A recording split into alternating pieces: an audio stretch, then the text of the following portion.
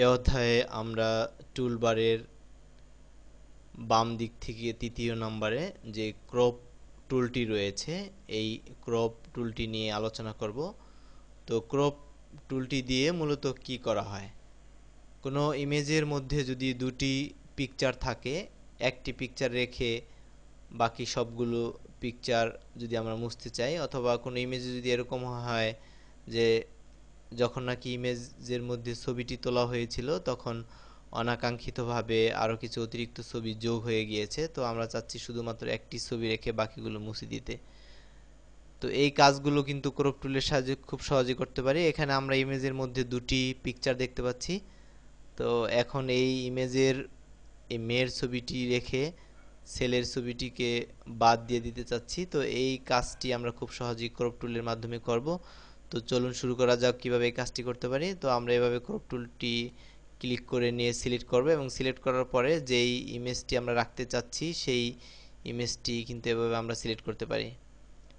তো ইমেজটি অলরেডি আমরা সিলেক্ট করলাম ড্র করার মাধ্যমে। তো এখন আমরা যে সিলেকশন এরিয়া পেলাম, এই সিলেকশন এরিয়া আমরা এই পয়েন্টার ধরে ধরে বিভিন্ন দিকে আমাদের সিলেকশন কিন্তু বাড়াতে কমাতে পারি। এবং বাকি যে ডিসিলেক্ট এরিয়া আমরা দেখতে পাচ্ছি, এই ডিসিলেক্ট এরিয়া কিন্তু অন্ধকারে ঢেকে গেছে, অর্থাৎ এটি এখন মুছে যাবে। এবং আমরা চাচ্ছি যে শুধুমাত্র মেয়ের ছবিটি আমরা রাখবো। তো ইচ্ছে করলে আমরা মেয়ের ছবিটি যতটুকু রাখতে চাই এই সিলেকশন এরিয়াকে এভাবে এই সিলেকশন পয়েন্টার ধরে ধরে আমরা এটিকে মুভ করতে পারবো, অথবা এই সিলেকশন এরিয়ার মাঝ বরাবর যদি আমরা মাউস পয়েন্টার নিয়ে গিয়েও কোনো দিকে মুভ করাতে চাই তাহলে কিন্তু আমরা এই সিলেকশন এরিয়াকে বিভিন্ন দিকে মুভ করাতে পারবো। অর্থাৎ সিলেকশন করার পরেও আমরা আমাদের সিলেকশন এরিয়াকে বিভিন্নভাবে মুভ করাতে পারবো, অথবা এভাবে সিলেকশন পয়েন্টার ধরে ধরে টেনে টেনে বাড়াতে কমাতে পারবো।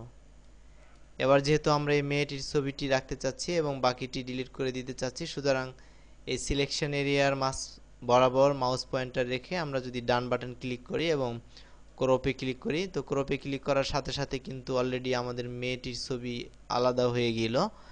তো মেয়েটির ছবি যেহেতু আমরা এখন আলাদা করতে পারলাম, সুতরাং এই ছবিটিকে এখন আমরা আমাদের ডিজাইনের প্রয়োজনে আমরা সিঙ্গেল ছবি হিসেবে ব্যবহার করতে পারি এবং এটি যে কোনো ফরম্যাটে সেভ দিয়ে আমরা আমাদের ডিজাইনের কাজে লাগাতে পারি।